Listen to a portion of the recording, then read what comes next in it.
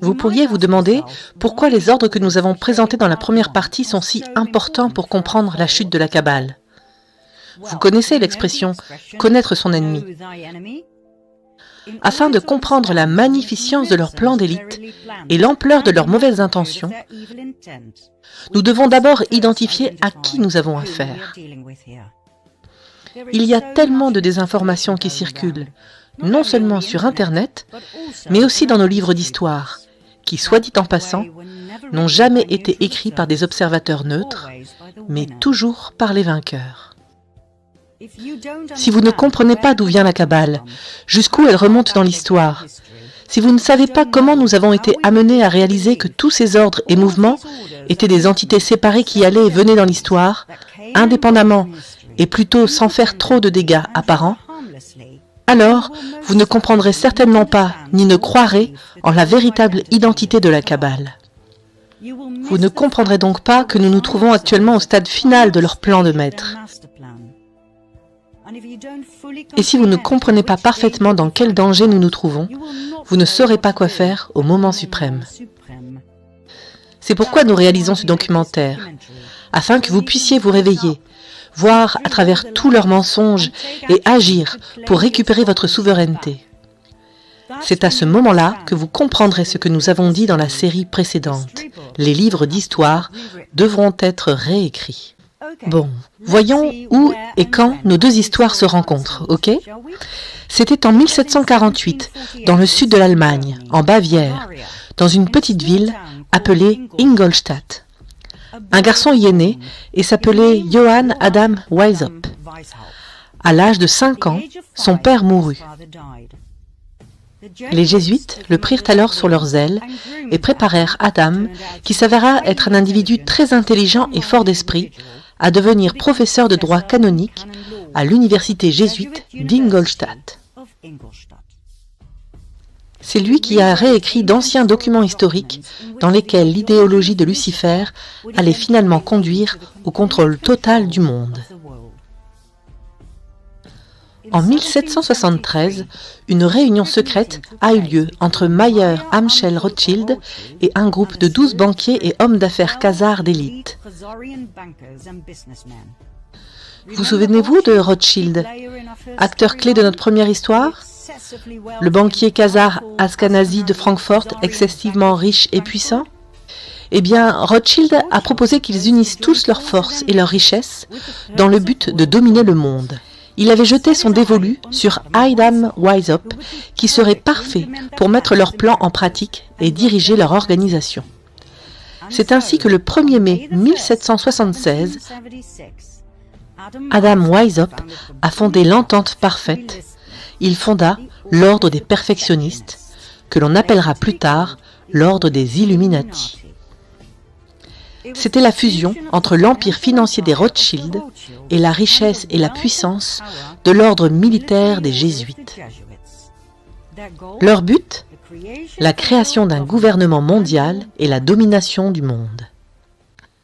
Bien que le nom de Weishaupt soit communément connu parmi ceux qui étudient ces faits, peu de gens savent qu'il a fondé son ordre des Illuminati sur la base d'anciens documents. L'un d'entre eux est une lettre qui lui a été donnée par Rothschild. Cette lettre, appelée lettre de Constantinople, était ancienne et d'une valeur extrême pour les Ashkénazis. Elle datait de 287 ans plus tôt et a été écrite en 1489 par le nazi, le président du Haut Conseil juif de Constantinople, en réponse à un appel à l'aide du chef des Juifs Askénazes de France. Vous souvenez-vous des Khazars qui avaient fui la Russie et qui avaient changé leur nom en Juifs Askénazes? Ils se sentaient maintenant menacés par les autres groupes ethniques de France. Le roi leur avait même exigé qu'ils se convertissent au christianisme. La réponse du nazi dans la lettre de Constantinople était la suivante. Quant à ce que vous dites que le roi de France vous oblige à devenir chrétien, faites-le, car vous ne pouvez pas faire autrement, mais que la loi de Moïse soit gardée dans vos cœurs. Quant à ce que vous dites sur la demande de vous dépouiller de vos biens, faites de vos fils des marchands, afin qu'ils dépouillent peu à peu les chrétiens des leurs. Quant à ce que vous dites à propos de leurs tentatives d'attentat contre vos vies, faites de vos fils des médecins et des apothicaires pour qu'ils puissent enlever des vies chrétiennes. Quant à ce que vous dites sur leur destruction de vos synagogues, faites de vos fils des chanoines et des clercs afin qu'ils détruisent leur église. Quant aux nombreuses autres vexations dont vous vous plaignez, faites en sorte que vos fils deviennent avocats et juristes, et veillez à ce qu'ils se mêlent toujours des affaires de l'État, afin qu'en mettant les chrétiens sous votre joug, vous puissiez dominer le monde et vous venger d'eux.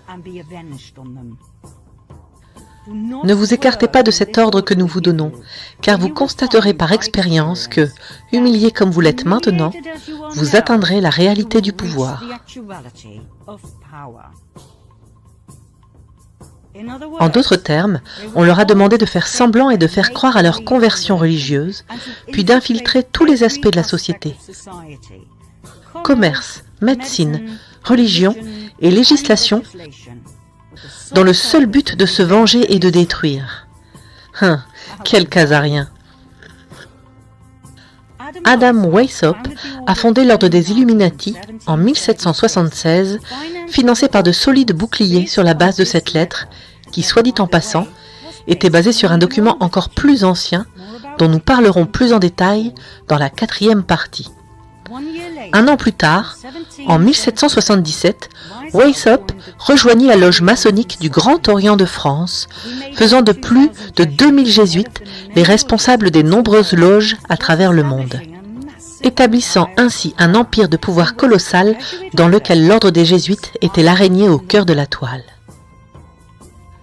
Weishaupt quitta alors officiellement l'ordre des jésuites afin qu'aucun soupçon ne soit jamais attiré sur l'Église catholique romaine et sur son implication, sous le conseil des jésuites, dans les illustres plans des Illuminati.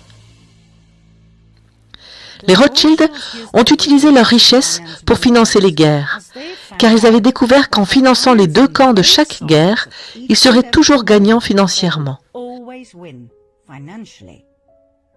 Ils n'avaient aucun scrupule ni aucune pitié. L'alliance des Khazars lucifériens et de l'ordre des jésuites ne faisait que commencer. Leur but, le gain personnel, la richesse et le pouvoir, la soumission des familles royales, l'anéantissement des infidèles, protestants, calvinistes, athées, musulmans, juifs, en d'autres termes, la destruction de toutes les religions, sauf la foi catholique romaine, la destruction de tous les gouvernements, la domination mondiale du pape et la vengeance. Vengeance sur tous ceux qui les ont trahis. La vengeance sur la Russie avant tout, le pays qui avait expulsé les Khazars, mais pas seulement cela. Vous souvenez-vous de la vengeance des jésuites envers le pape qui les avait trahis? Eh bien, ce n'était pas encore fini. Pour les rois européens de France, d'Espagne, d'Angleterre, d'Autriche, et ainsi de suite, qui avaient interdit l'ordre des jésuites, ils allaient avoir un avant-goût de leur colère. Le premier pion que l'alliance des Illuminati a mis en avant, c'est Napoléon Bonaparte. Le fait que la Révolution française ait été en effet orchestrée par des sociétés secrètes d'élite a été documenté et prouvé par le jésuite français Augustin Baruel. Il a écrit un récit très documenté, dans lequel il s'est concentré en particulier sur Adam Weishaupt, fondateur de l'ordre des Illuminati. Selon Baruel, la Révolution française a été orchestrée par des francs-maçons et des philosophes comme Voltaire et Montesquieu. Nous reviendrons sur Baruel dans une étape ultérieure. Alors, souvenez-vous de son nom. Le conseiller de Napoléon était un jésuite, Emmanuel Sieyès. Il a conseillé Napoléon sur les endroits où il devait se rendre et sur ce qu'il devait faire. Dans la langue d'aujourd'hui, nous appellerions Sieyès son maître. Selon de nombreux historiens et chercheurs, les jésuites sont ceux qui ont orchestré et dirigé la Révolution française et son issue. Napoléon était un grand maître maçonnique. Il a été choisi et initié par l'ordre pour jouer un rôle clé dans la révolution planifiée. Le frère de Napoléon, Louis Bonaparte, a été fait grand maître du Grand Orient de France. Son épouse Joséphine a été membre de la corporation maçonnique d'adoption. Sous le règne de Napoléon, le nombre de loges en France est ainsi passé de 300 à 1220.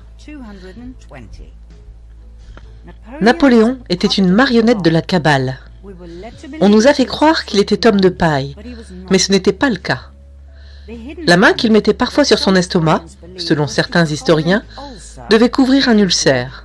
Sérieusement, c'était en fait un geste maçonnique courant appelé le signe du maître du second voile. De nombreux dirigeants du monde ont depuis effectué ce signe à travers les âges. La Révolution française a commencé en 1789 et a duré 10 longues et sanglantes années de terreur absolue. C'était le plan directeur du Conseil des Jésuites pour se venger de la France, déstabiliser le pays par la guerre et détruire la couronne française. Là aussi, les Jacobins, mouvement politique extrémiste, fondé par nul autre que le conseiller de Napoléon, le jésuite Sieyès, le conseiller jacobin lui a fait traverser la France, émeutant, pillant, assassinant tous ceux qui se trouvaient sur son chemin. Ils ont laissé derrière eux une traînée de mort et de destruction partout où ils sont allés. Le plan des jésuites a fonctionné, les guillotines ont fait des heures supplémentaires.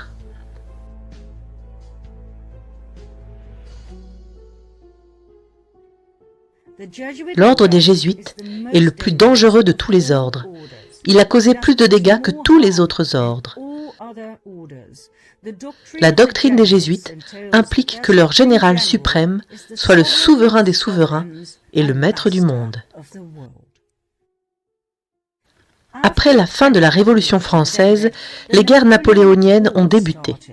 Elles ont causé encore plus d'instabilité et de destruction, non seulement en France, mais dans les nombreux pays envahis par Napoléon, en Autriche, en Russie, en Angleterre, en Prusse, au Portugal et en Espagne, où la famille royale a été chassée et le frère aîné de Napoléon placé sur le trône.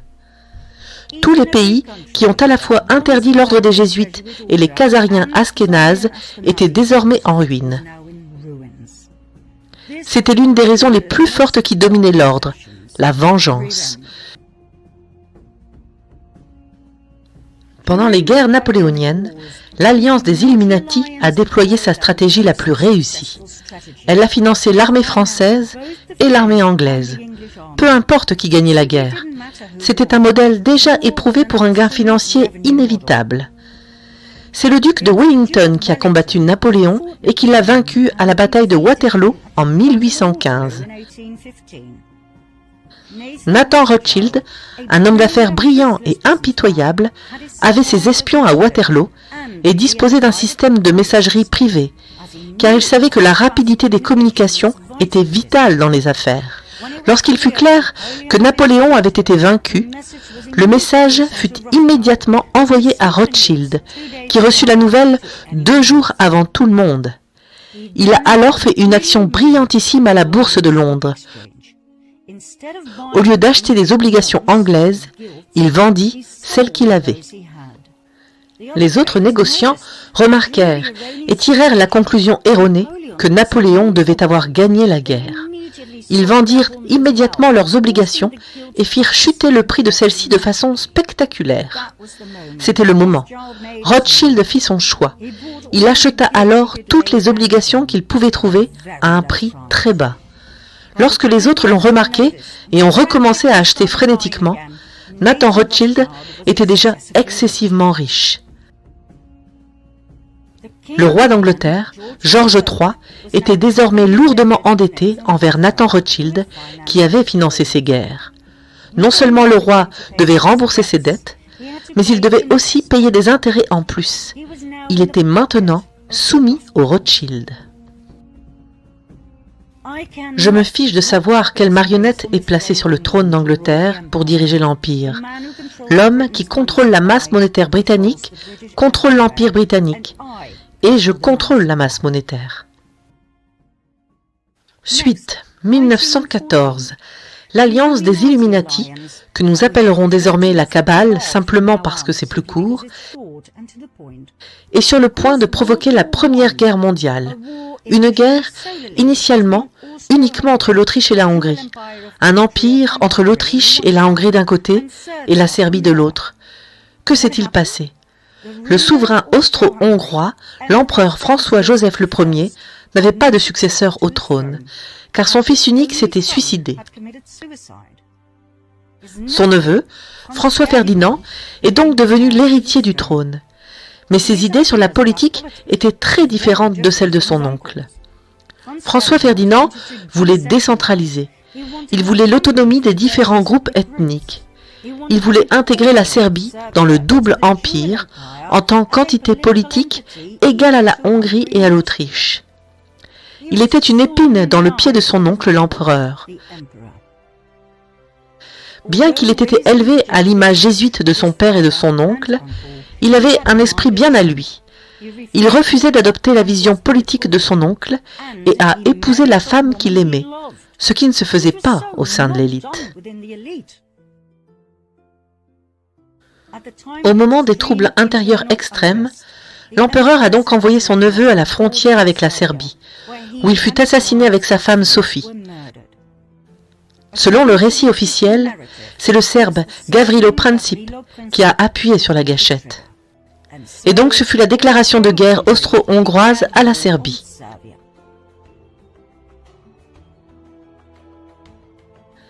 L'Allemagne s'allia à l'Autriche-Hongrie. L'Angleterre, la France, la Russie, et plus tard l'Italie, la Roumanie, la Bulgarie et l'ancienne Turquie, l'Empire ottoman, sont venus en aide à la Serbie. Nous connaissons tous les résultats. 4 années d'horreur dans les tranchées, 9 millions de morts. L'Allemagne était en ruine, et c'était précisément ce que les jésuites avaient visé, car l'Allemagne était surtout protestante.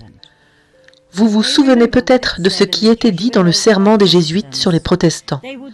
Ils feraient absolument tout pour détruire leur horrible race à jamais. Certains historiens peuvent remettre en question ou même nier l'origine jésuite des dirigeants austro-hongrois, ce qui est étrange, car ils étaient des membres éminents de plusieurs sous-ordres jésuites, comme l'ordre suprême du Christ. L'empereur, François-Joseph, était si haut placé dans le conseil jésuite qu'il était autorisé à accorder des titres tels que prince et grand maître. En 1880, par exemple, il a accordé ce titre de prince du Saint-Empire romain au grand maître de l'ordre de Malte. Il a même fondé son propre ordre, l'ordre impérial autrichien de François-Joseph. Je promets d'approfondir ces ordres et ces preuves de leur lien jésuite dans un épisode ultérieur. Pour l'instant, nous en resterons là, car nous ne voulons pas vous perdre dans cette histoire. Après tout, nous devons encore couvrir la Révolution russe et la Seconde Guerre mondiale d'une manière qui ne vous a pas été présentée à l'école, je vous le promets.